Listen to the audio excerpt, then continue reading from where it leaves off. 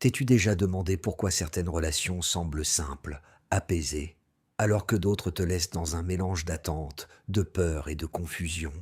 Pourquoi parfois tu t'accroches, parfois tu t'éloignes, ou parfois tu sembles osciller entre les deux? Reste avec moi jusqu'à la fin, parce qu'aujourd'hui, on va plonger ensemble dans un voyage intérieur profond, celui des styles d'attachement en amour. Ce voyage peut transformer ta manière d'aimer, de te relier, et surtout de te sentir en sécurité dans tes liens. Et si ce genre d'exploration te parle, abonne-toi à la chaîne Voyages intérieurs pour continuer à explorer les profondeurs de la psyché humaine.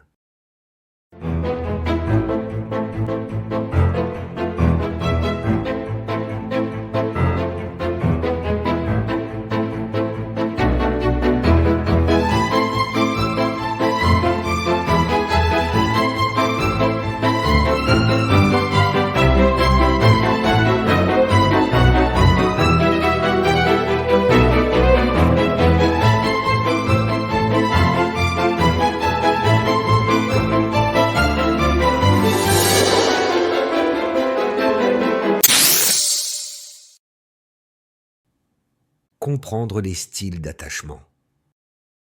Les styles d'attachement viennent de la psychologie du développement, mais ils trouvent un écho puissant dans la vision jungienne de la psyché. Notre manière d'aimer à l'âge adulte est souvent le reflet de la manière dont nous avons été aimés dans notre enfance. Ce n'est pas une fatalité, mais une empreinte émotionnelle. On distingue généralement 4 grands styles d'attachement. L'attachement sécure, l'attachement anxieux, l'attachement évitant et l'attachement désorganisé.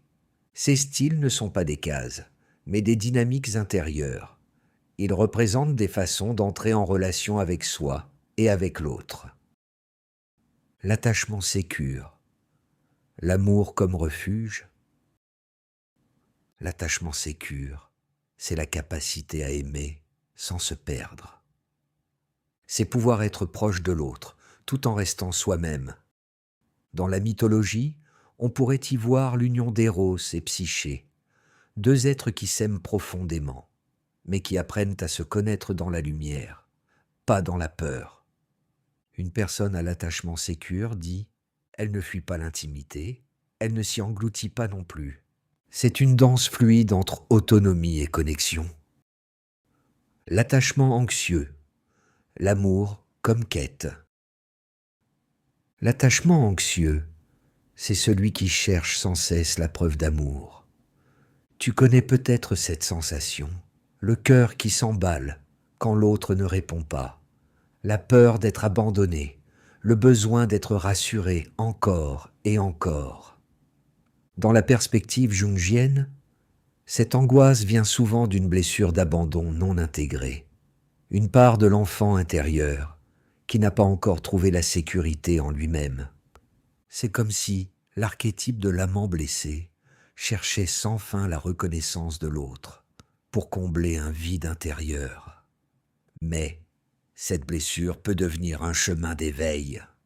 En apprenant à te donner toi-même la sécurité que tu cherches, tu transformes la dépendance en présence. Reste bien avec moi, parce que ce qu'on va voir ensuite peut vraiment changer ta manière de vivre l'amour. L'attachement évitant, l'amour comme menace. L'attachement évitant, c'est celui qui fuit l'intimité. Derrière une apparente indépendance, il y a souvent une peur profonde d'être envahi, contrôlé ou blessé. Ces personnes peuvent aimer sincèrement, mais elles ont appris très tôt que la proximité émotionnelle était dangereuse. Elles se protègent en érigeant des murs, en gardant le contrôle, en rationalisant leurs émotions. Dans le langage de Jung, on pourrait dire que l'ombre de la vulnérabilité a été refoulée. L'amour devient alors un champ de bataille entre le besoin d'être proche et la peur d'être pris au piège. Mais la guérison passe par la réconciliation avec cette ombre. Apprendre à accueillir la tendresse sans la confondre avec la perte de liberté. L'attachement désorganisé. L'amour comme chaos. Ce style est souvent le plus complexe. Il mêle à la fois la peur de l'abandon, et la peur de la proximité. C'est comme si l'amour était à la fois le remède et le poison. Dans la mythologie, dont Jung était passionné, on pourrait penser à Médée, passionné, blessé, tiraillé entre amour et destruction. Ce style d'attachement naît souvent d'expériences précoces, où la figure d'attachement était à la fois source de réconfort et de peur.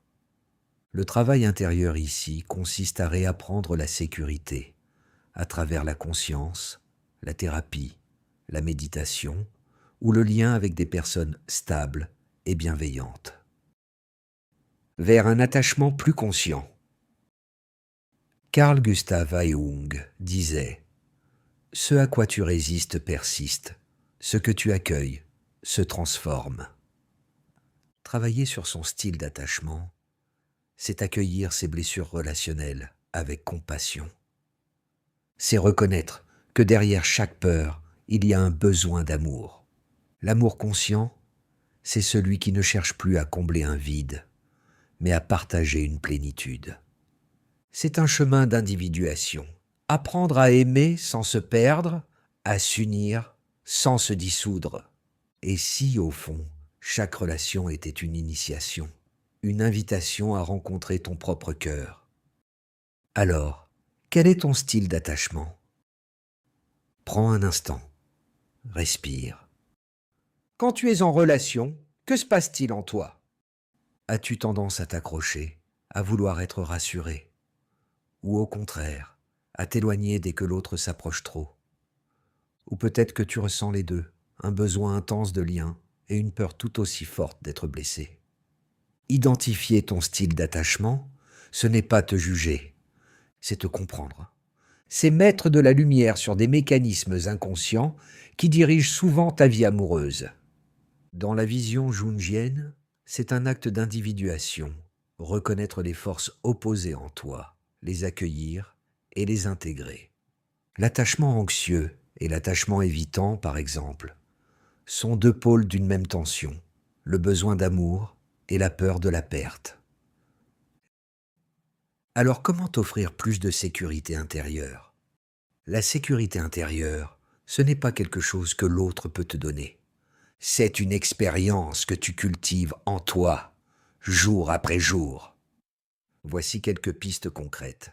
Tout d'abord, tu peux apprendre à te réguler émotionnellement. Quand tu sens la peur ou la panique monter, respire profondément. Pose une main sur ton cœur. Dis-toi, je suis là pour moi. C'est un geste simple, mais il envoie un message puissant à ton système nerveux. Tu n'es plus seul. Puis commence un dialogue avec ton enfant intérieur. Imagine cet enfant en toi qui a eu peur, qui a manqué de sécurité. Parle-lui avec douceur. Dis-lui qu'aujourd'hui, tu es là pour le protéger. C'est un travail profondément jungien. Réconcilier les parts blessées de soi. Crée aussi des liens sécures autour de toi. Entoure-toi de personnes stables, bienveillantes, qui t'offrent un espace d'écoute sans jugement. Les relations sécures guérissent les attachements insécures. Apprends à poser des limites. La sécurité intérieure naît aussi de la capacité à dire non, à te respecter. Chaque fois que tu poses une limite saine, tu renforces ton sentiment d'intégrité. Cultive la conscience de toi. Observe tes réactions sans te juger. Quand tu sens la peur de l'abandon ou le besoin de fuir, respire et observe. C'est ton inconscient qui parle. Et plus tu l'écoutes, plus il se transforme. Reconnecte-toi à ton corps. Le corps est le premier lieu de sécurité. Le mouvement, la respiration, la méditation, la danse. Tout ce qui te ramène à ton ressenti t'aide à te sentir ancré. L'amour comme chemin d'individuation. Dans la perspective jungienne, chaque relation est un miroir. L'autre reflète les parts de toi que tu connais, mais aussi celles que tu ignores. Aimer, c'est rencontrer ton ombre. tes blessures, tes désirs, tes contradictions. Quand tu apprends à aimer consciemment, tu ne cherches plus à ce que l'autre te sauve. Tu reconnais que l'amour véritable commence par la rencontre avec toi-même. C'est le mariage intérieur entre ton masculin et ton féminin, entre ton besoin de lien et ton besoin de liberté. C'est l'union sacrée dont parlent tant de mythes, celle de l'âme qui s'unit à elle-même avant de pouvoir aimer l'autre pleinement. Comment peux-tu aujourd'hui t'offrir un peu plus de sécurité intérieure? Peut-être que la réponse n'est pas dans une théorie, mais dans un geste simple. Te prendre dans les bras, respirer, te dire que tu es en sécurité, ici et maintenant. Si cette vidéo a résonné pour toi, laisse un commentaire. Chaque mot, chaque partage nourrit la communauté Voyages intérieurs. Souviens-toi, aimer, c'est d'abord apprendre à se rencontrer soi-même. Et si tu veux continuer à explorer les profondeurs de la psyché, abonne-toi, active la cloche et rejoins ce voyage vers toi-même.